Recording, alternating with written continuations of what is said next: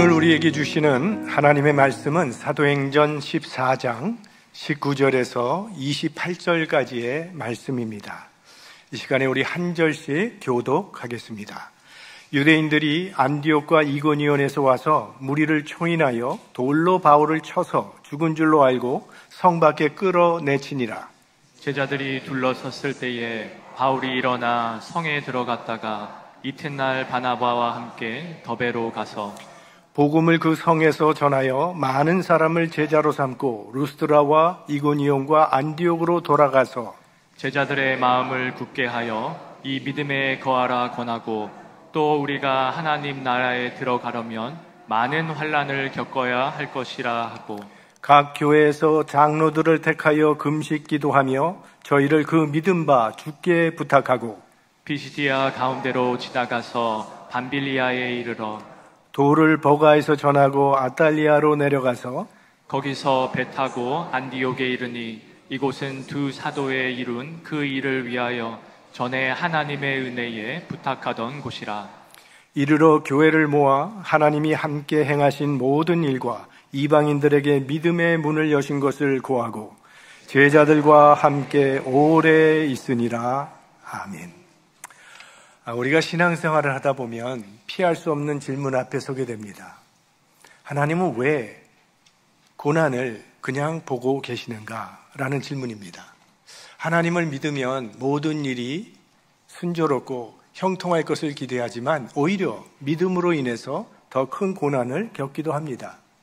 사도행전을 통해서 깨닫게 되는 것은 복음을 위해 헌신한 사도들이 복음을 전하면서 많은 고난을 받았다는 사실입니다.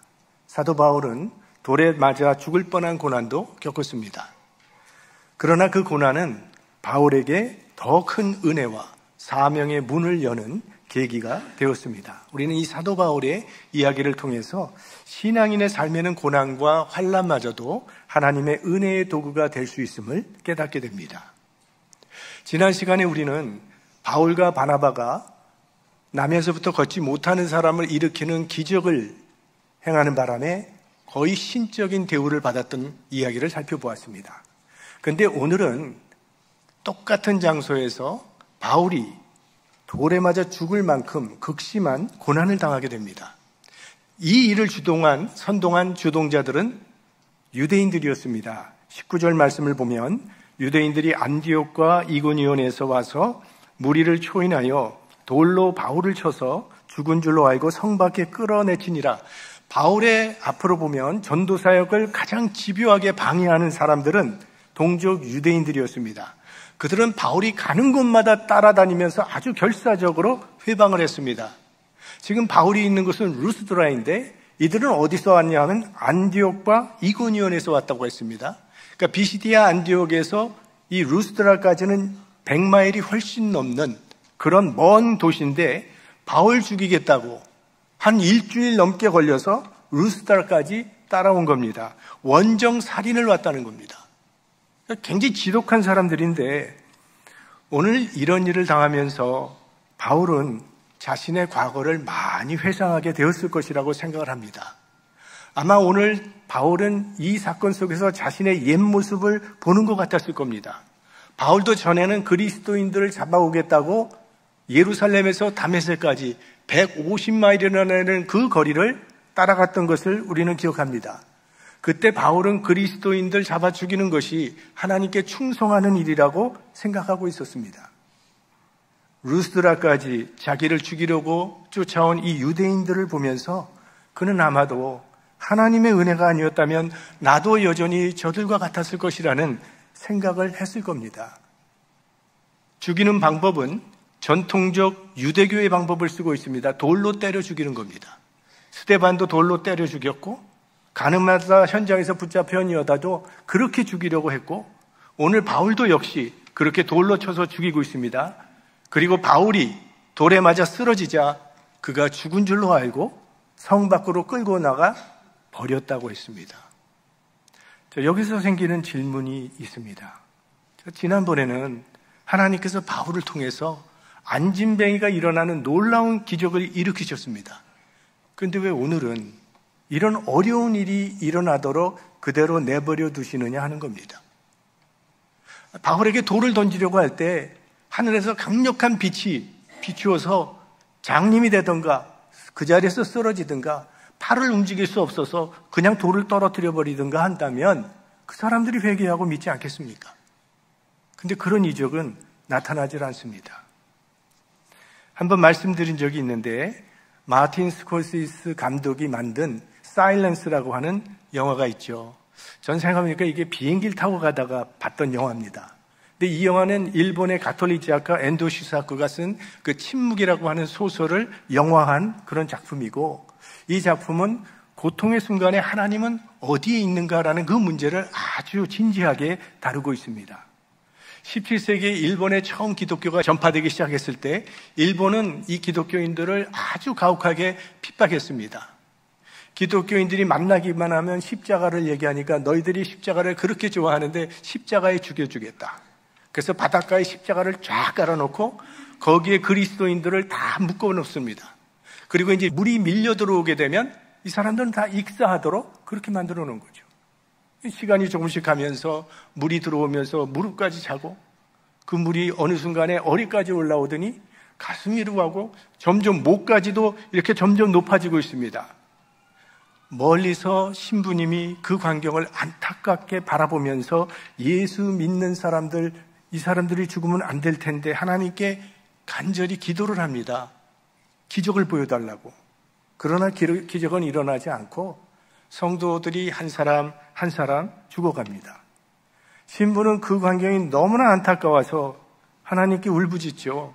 주님, 이제는 더 이상 침묵하고 계셔서는 안 됩니다. 하나님이 살아계시다는 것을 나타내셔야 합니다. 어찌 침묵하고 계십니까? 그때 신부의 마음에 들리는 하나님의 음성은 나는 침묵하고 있는 것이 아니라 그들의 고난에 동참하고 있는 것이다. 이를 위하여 나도 십자가를 진 것이다. 하나님께서 고난을 허락하시는 이유는 우리의 이해를 뛰어넘지만 우리가 확신할 수 있는 것은 우리 하나님은 결코 우리가 겪고 있는 고통에 무관심하신 분이 아니라는 사실입니다. 그 증거가 십자가예요. 십자가는 온 인류의 아픔과 고통과 절망과 모든 죽음을 하나님께서 대신 받으신 사건이에요. 신앙은 할 수 있다만이 아니라 그리 아니하실지라도 있습니다. 신앙은 기적을 믿는 것이 아니라 하나님 그분 자체를 믿는 것입니다. 그리 아니하실지라도 끝까지 주님을 신뢰하고 따라가는 것이 신앙입니다. 할 수만 있으면 이 잔을 내게서 옮기시옵소서. 하지만 내 뜻대로 마옵시고 아버지의 뜻대로 하옵소서. 이것이 예수님께서 우리에게 가르쳐 주신 올바른 신앙이에요. 전능하신 하나님께서는 우리의 고난을 없이 하실 수 있습니다. 하지만 고난을 면케하는 것만이 하나님의 능력은 아닙니다. 그런 고난 가운데서 하나님을 향한 우리의 신앙이 흔들리지 않도록 지켜주시는 것도 하나님의 능력이고, 그런 고난 가운데서도 하나님의 은혜를 발견할 수 있도록 역사하시는 것도 하나님의 능력입니다. 자, 그러면 오늘 바울이 돌에 맞아 쓰러지는 고난을 통해 받은 하나님의 은혜는 무엇일까요? 저는 먼저 이 바울 자신에게 이 사건은 새로운 은혜의 기회가 되었을 것이라고 생각합니다. 바울은 돌에 맞아 죽음 앞에 선 그 순간에요, 분명히 스데반의 얼굴을 떠올렸을 겁니다. 과거 스데반을 돌로 쳐 죽이는 일에 앞장섰던 자신의 죄를 다시 한번 뼈저리게 회개할 수 있는 기회가 되었을 겁니다. 바울의 몸은 피투성이가 되고 극심한 고통 가운데 있었지만 그의 영혼은 빚을 갚은 듯한 용서받은 해방감이 있었을 겁니다. 이젠 자신도 스데반처럼 예수 그리스도의 이름으로 고난받는 사람이 되었음에 가슴이 뭉클했을 겁니다. 그러니까 이 바울에게 이 고난은요, 단순한 고통을 넘어서 하나님께서 그의 과거의 모든 죄를 덮으시고 은혜로 다시 세우시는 것 같은 증표가 되었을 것이라고 생각합니다. 많은 신학자들은요, 바울이 이때 정신이 잃었을 이때에 영적인 세계를 체험했을 것이라고 말을 합니다. 자, 이 일이 있은 지 14년 후에 사도 바울께서 고린도 후서라는 편지를 쓰는데 그 편지에 그가 본 환상을 말하고 있습니다. 14년 전에 셋째 하늘에 끌려 올라가 하늘의 신비를 보았다고 하면서 내가 몸 밖에 있었는지 몸 안에 있었는지 알 수 없다고 했는데 바로 오늘 이때 그가 쓰러졌을 때였을 것이라고 신학자들은 추정합니다. 하나님은 우리 성도들이 감당하기 힘든 고난과 핍박 가운데 있을 때는요, 하나님 나라의 영광을 바라보게 하여 주심으로 그 고난을 감당할 수 있도록 도우셨던 사례가 성경에 많이 나옵니다. 스데반은 돌에 맞아 순교할 때 하늘이 열리고 하나님 우편에 예수 그리스도께서 서 계신 것을 보았다 그랬어요. 그 하늘나라의 영광을 바라보면서 스데반은 담대하게 순교의 길을 걸어갈 수 있었던 겁니다. 사도 요한은 반모섬에 유배되어 고난받고 있을 때에 하늘문이 열리고 하나님 나라의 환상을 통해서 승리하신 예수 그리스도를 바라보게 하셨습니다. 사도 바울 역시 셋째 하늘에 올라가서 하늘의 신비를 보았기 때문에 수많은 환난 속에서도 그는 낙심하지 아니하고 끝까지 복음의 사명을 감당할 수 있었습니다. 고난 가운데 있을 때는 우리도 눈을 들어서 위를 보아야 합니다. 하나님 나라를 바라보며 믿음으로 걸어가야 합니다. 하늘의 소망을 가진 자는 흔들리지 않습니다. 우리들도 이 믿음의 선진들처럼 하나님의 나라의 소망을 붙잡고 끝까지 믿음을 지키면서 주님을 따르는 믿음의 사람들이 될 수 있기를 바랍니다. 무엇보다도 이 고난을 통해서 바울은요, 아주 신실한 후계자를 얻게 됩니다.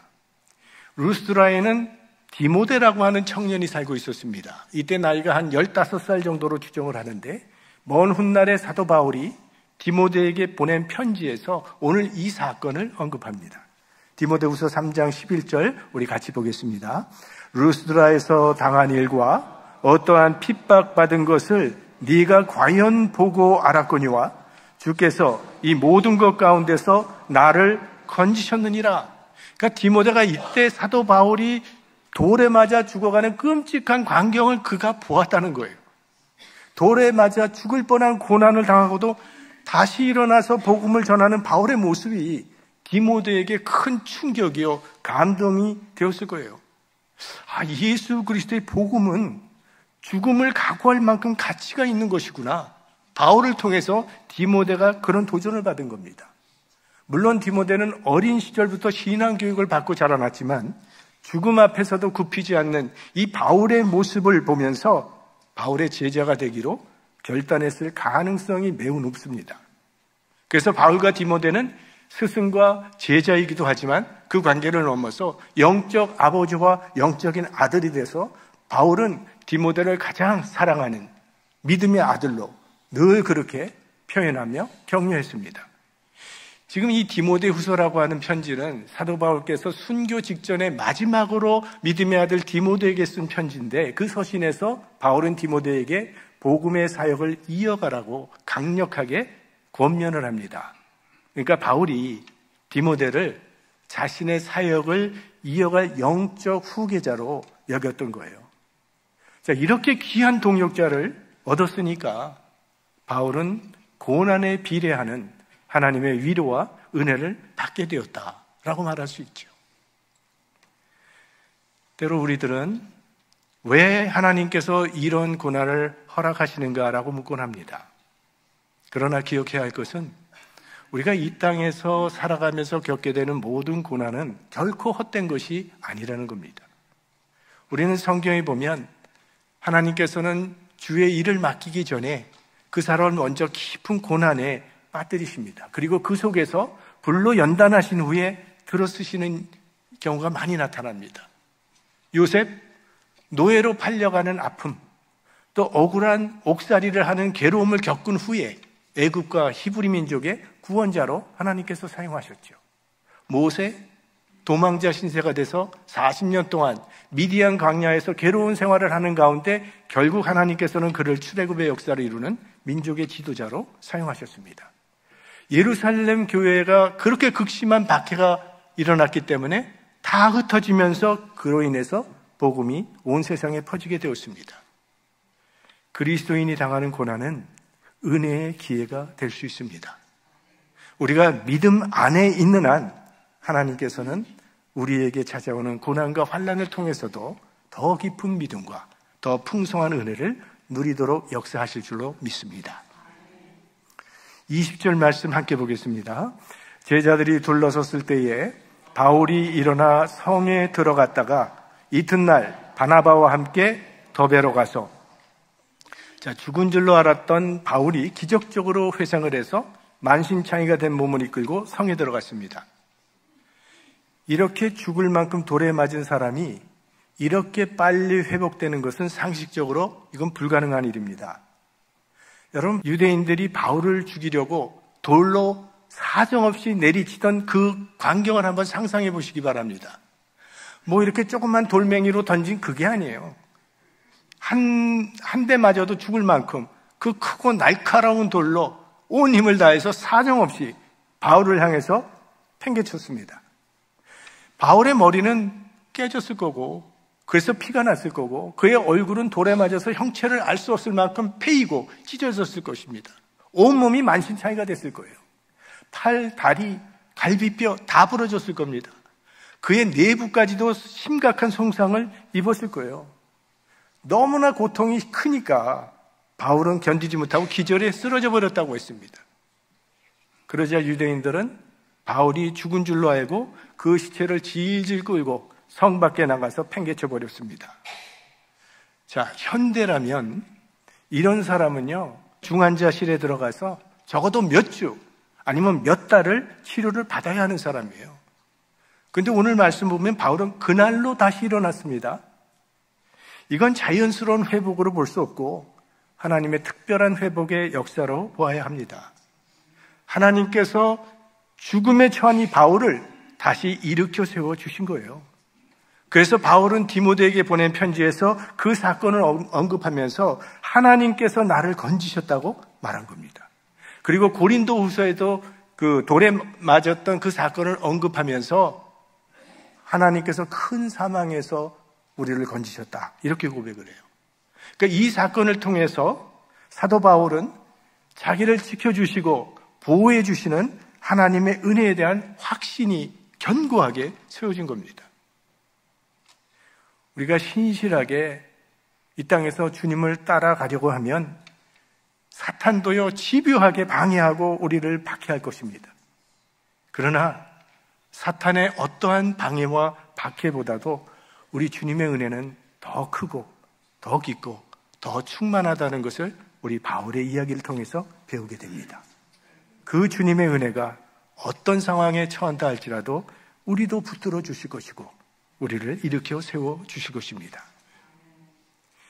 죽은 줄로 알았던 바울이 이렇게 하루도 안 걸려서 다시 일어난 것도 놀라운 일이지만 더 놀라운 일은 바울이 일어나자마자 다시 루스드라 성으로 들어갔다는 사실이에요.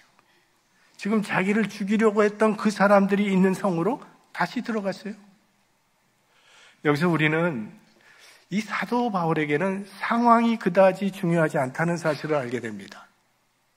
지금 바울의 주위에는 그를 반대하고 그를 죽이려는 사람들로 가득 차 있는데도 바울은 자기 할 일을 합니다. 여러분, 목적이 분명한 사람은요, 환경이 문제가 되지 않습니다. 환경에 따라 인생이 흔들리지 않는다는 거예요. 목적이 분명한 사람은 그 목적 때문에 흔들리지 않는 겁니다. 목적이 분명하지 않은 사람은 환경에 따라서 계속 흔들리게 되어 있습니다. 바울은 어떤 상황 속에서도 담대히 자기가 가야 할 길을 갑니다. 이제 우리 사도행전 20장 24절 나중에 나오겠지만 우리 한번 함께 읽어보겠습니다. 나의 달려갈 길과 주 예수께 받은 사명, 곧 하나님의 은혜의 복음 증거하는 일을 마치려 하면은 나의 생명을 조금도 귀한 것으로 여기지 아니하노라. 바울의 인생에 있어서 가장 큰 가치는 복음이었어요. 그러니까 복음을 위해서는 자신의 목숨조차도 아깝지 않을 만큼 그는 분명한 목적을 가지고 살았습니다. 여러분, 예수 그리스도와 복음을 위해 사는 삶은 후회가 없는 겁니다. 하나님께서 내게 맡기신 그 복음의 사명을 감당하는 것이 우리 인생의 참된 가치입니다. 우리들도 내 삶의 자리에서 복음을 부끄러워하지 않고 어떤 상황 속에서도 우리 복음과 예수 그리스도를 선택하며 살아갈 수 있기를 바랍니다. 이제 이튿날 바나바와 바울은 더베로 갔습니다. 그리고 더베에서도 바울은 또 복음을 전하여 많은 제자를 삼았습니다. 21절, 복음을 그 성에서 전하여 많은 사람을 제자로 삼고 루스드라와 이고니온과 안디옥으로 돌아가서, 그러니까 이 더베는 바울의 1차 전도 여행의 마지막 지점입니다. 이제 바울은 더베에서 다시 자기가 출발했던 안디옥 교회로 돌아가는데, 돌아가는 길에 그냥 돌아가지 않고 자기가 지금까지 지나왔던 지역을 그대로 다시 찾아가서 성도들을 굳게 하면서 돌아갑니다. 자, 더베까지 왔는데 이제 더베에서 루스드라로 가죠. 루스드라에서 이고니온으로 갑니다. 이고니온에서 안디옥. 이게 갈라디아 지방이고 사도 바울 선생님이 쓴 갈라디아서가 바로 이 교회들에게 쓴 편지입니다. 그러니까 안디옥에서 더베까지는 전도 여행이 되고 더베에서 안디옥까지는 양육 여행이 되는 거죠. 전도했던 사람들을 신방하며 돌본 거예요. 그러니까 전도하는 것만큼 중요한 것은 전도받은 사람을 양육하는 일이죠. 바울이 어떤 양육을 했는지 22절 다 같이 보겠습니다. 제자들의 마음을 굳게 하여 이 믿음에 거하라 고안하고, 또 우리가 하나님 나라에 들어가려면 많은 환난을 겪어야 할 것이라 하고, 먼저 바울은 그들에게 믿음에 거하라, 믿음 안에 머물라, 이렇게 권면합니다. 믿음에 머물라는 말은 믿음을 가졌다는 그 사실에 안주하지 말고 계속 믿음 안에서 살아가라는 그런 뜻이죠. 신앙생활은 한 번 믿은 것으로 끝나는 것이 아니라 계속 날마다 믿음 안에 거하며 살아가는 여정이니까. 이 세상은 끊임없이 우리의 믿음을 흔들고 우리가 믿음에서 떨어져 나가기를 원하고 있습니다. 계속 믿음 안에 거하지 않으면 믿음을 잃어버릴 위험이 있어요. 믿음 안에 거하기 위해서는요, 아무리 바쁘고 아무리 피곤해도 이 예배를 소중하게 여겨야 되고 말씀과 기도에 힘쓰셔야 합니다. 또 구역과 선교회 모임 같은 교회 공동체에 적극적으로 참여하는 것이 우리 신앙 안에 머무는 데 큰 유익이 있습니다. 주님은 두세 사람이 내 이름으로 모인 곳에는 나도 그들 중에 있느니라 약속하셨어요. 그러니까 주님은 물론 우리 각 개인의 삶 속에 역사하시지만 주님의 이름으로 모인 공동체 가운데 특별히 임재를 약속하셨다는 거죠. 혼자 타는 장작은 힘이 없지만 장작을 여러 개 모이면 큰 불을 일으키죠. 그러니까 공동체 안에서 나누는 교제는요, 시들어가던 내 신앙을 다시 살아나게 하는 힘이 있다는 겁니다. 우리가 신앙생활을 하다 보면 회의가 생길 때도 있고 심체되기도 합니다. 하나님께서 정말 내 삶 가운데 함께 하시는지 의심이 생길 때도 있죠. 그런데 우리가 구역 모임에 가서 이런 힘든 일을 만났던 어떤 형제가, 집사님이나 혹은 권사님이나 그 가운데서 하나님께서 어떻게 자신의 삶에 역사하셨는지, 또 하나님께서 자신의 기도에 어떻게 응답해 주셨는지 그런 간증을 들으면서 흔들리던 내 신앙도 다시 든든하게 세워지고 시들어가던 내 영혼이 살아나게 되는 거죠. 그러니까 형제의 간증을 통해서 형제가 체험한 하나님을 나도 함께 체험하게 돼요. 그래서 모이기를 힘써야 합니다. 신앙이 좀 힘들고 시험에 들었고 회의가 생기고 어려운 일이 생기면 모임을 좀 회피하려는, 되도록 안 나가려는 그런 경향이 있는데 오히려 그때 더 열심히 모여야 한다는 거예요. 성도의 교제 가운데 머물러 있는 것이 신앙 회복의 지름길입니다. 우리가 믿음의 교제를 나누면서 서로 붙잡아주고 서로 끌어주면서 믿음의 경주를 함께 할 수 있도록 이렇게 플러턴 장로교회를 허락해 주신 하나님께 감사할 수 있기를 바랍니다. 우리 선교사님들은 얼마나 힘들겠습니까? 교제할 공동체가 없어서. 물론 우리의 교제가 운전하지 못해서 시험에 들 때도 있죠. 또 상처를 받을 때도 있지만 그래도 이 교제할 수 있다는 자체를 감사하면서 성도의 교제 안에 머물면서 우리가 더 성숙한 교제로 나아갈 수 있기를 소망합니다. 또 바울은요, 환난을 겪어야 할 것도 가르칩니다. 지금 현대 교회에 만연하고 있는 소위 이 번영신학이라고 하는 것은 하나님을 믿는 것과 이 세상의 성공과 축복을 동일시하는 신학입니다.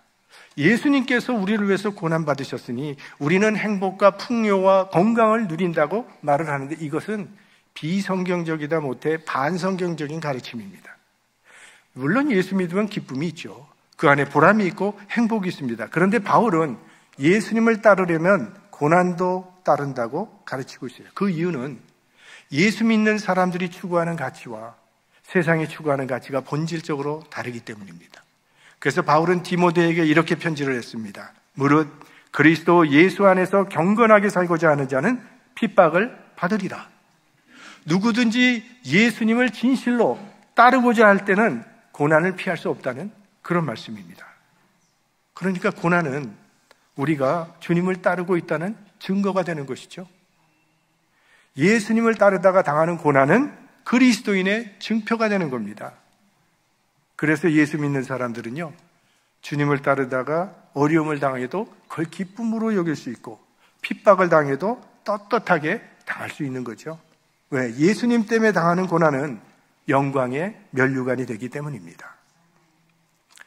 23절 말씀 계속 보겠습니다. 각 교회에서 장로들을 택하여 금식 기도하며 저희를 그 믿음 바 주께 부탁하고. 초신자를 두고 떠나는 바울의 마음은 갓난아기를 두고 떠나는 어머니의 심정이었을 겁니다. 그래서 자기가 개척했던 그 교회의 지도자들을 세우고 그들을 주님께 부탁했다. 여기 보면 그 믿음 바 주께 부탁했다 이렇게 되겠어요. 믿음은 홀로서기입니다. 처음에는 누군가 옆에서 붙들어주는 사람이 필요하죠. 하지만 평생 누군가에게 기대서 신앙생활할 수는 없습니다. 언젠가는 홀로 서야 합니다. 그렇게 되려면 사람이 아니라 하나님을 바라보는 훈련을 해야 합니다. 그래서 큐티가 중요하죠. 우리가 이렇게 매주 교회에 나와서 예배를 통해서 영의 양식을 얻는 것도 매우 귀하고 중요한 일입니다. 그러나 우리가 항상 교회에 있을 수 없기 때문에 이 큐티가 필요한 거죠. 매일 개별적으로 말씀을 묵상하고 그걸 내 삶 속에 적용하는 생활을 할 때 우리의 신앙은 흔들리지 않는 견고한 신앙이 되는 거죠. 사도 바울의 1차 전도 여행은 약 1300마일입니다. 이제 이 1300마일을 돌아서 안디옥 교회로 돌아온 사도 바울과 바나바는 교인들을 모아놓고 선교 보고를 합니다. 27절, 28절 함께 읽겠습니다. 이르러 교회를 모아 하나님이 함께 행하신 모든 일과 이방인들에게 믿음의 문을 여신 것을 고하고 제자들과 함께 오래 있으니라. 하나님께서 그들을 통해 하신 놀라운 일들을 교인들과 함께 나누며 교인들에게 간증했다는 얘기예요. 자신들이 얼마나 수고했는지를 이야기한 것이 아니라 자신의 자랑을 내려놓은 것이 아니라 하나님께서 어떻게 역사하셨는지, 하나님께서 어떻게 저렇게 마음이 굳어져 있는 이방인들의 마음의 문을 열어놓으셨는지, 하나님께서 어떻게 귀신을 쫓아내셨고 어떻게 평생 나면서부터 걷지 못하던 사람을 걷게 하셨고 돌에 맞아 죽을 뻔했던 사람을 다시 살려내셨는지, 이런 이야기들을, 이런 간증들을 하면서 얼마나 하나님께 찬양을 올려드렸겠습니까? 얼마나 하나님께 감사를 드렸겠습니까? 얼마나 감격했습니까? 교인들도 바나바와 바울을 위해서 그동안 드렸던 기도가 응답되었다는 것을 확인하면서 얼마나 기쁨이 충만했겠습니까? 우리들도 모일 때 하나님의 이야기를 하고 나면 모두 기쁩니다. 근데 자랑 아닌 척 은근히 자랑하는 사람들이 있어요. 그러면 다 시험에 듭니다. 구역으로 모일 때마다 선교회로 모일 때마다 하나님께서 행하신 일들을 이야기하시기 바랍니다. 우리 모임 가운데 기쁨이 충만해질 것입니다. 이제 바울과 바나바는 안디옥 교회에 머물면서 2차 전도 여행을 위한 재충전의 시간을 가졌습니다. 이것이 교회죠. 교회는 이렇게 함께 모여서 하나님께서 우리를 위해서 행하신 일들을 나누면서 용기를 얻고 다시 세상에 나가서 하나님의 나라를 위해서 일할 수 있도록 돕는 것이 교회입니다. 하나님이 주신 사명, 세상에서 잘 감당할 수 있도록 영적인 능력을 얻는 것이 교회예요. 우리 교회가 그런 교회가 되기를 소망합니다. 서로 세워주고 비난하거나 하지 말고 격려하면서 이 땅에서 하나님의 나라를 이루어가는 건강한 교회가 될 수 있기를 소망합니다. 말씀을 마치겠습니다. 자, 바울과 바나바의 전도 여행에 늘 동반되는 것이 있는데 고난입니다. 고난과 함께 복음이 전해지고 있음을 발견하게 됩니다. 그러니까 주님을 따르는 길에는 반드시 고난이 있다는 것입니다. 그러나 하나님께서 허락하신 고난은 우리를 더 견고하게 만들고 우리로 더 하나님께 가까이 나가게 하고 우리가 미처 알지 못했던 은혜의 세계로 인도하는 하나님의 섭리가 있다는 것입니다. 지금 여러분이 마주하고 있는 그 고난도 하나님의 은혜를 이루어가는 섭리라고 믿으시고 끝까지 믿음의 길을 걸어가는 믿음의 사람들이 되시기를 주님의 이름으로 축원합니다.